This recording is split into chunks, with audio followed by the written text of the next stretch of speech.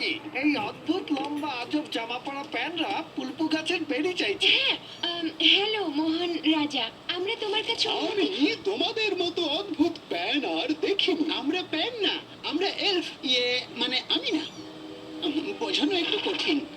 হ্যাঁ?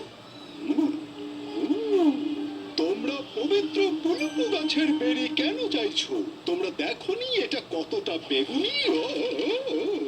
আমরা দুঃখিত বিজ্ঞানী, মাত্র একটা বেরি লাগবে আর এটা আমাদের খুবই দরকার।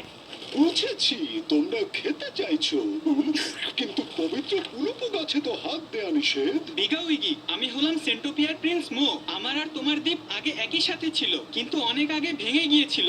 এখন আবার সব এক হয়ে যাচ্ছে। সব বাজে কথা। দ্বীপ নড়ে নাকি? তুমি কি ইদানিং ভূমিকম্পগুলো খেয়াল করোনি? ভূমিকম্পটা আবার কি?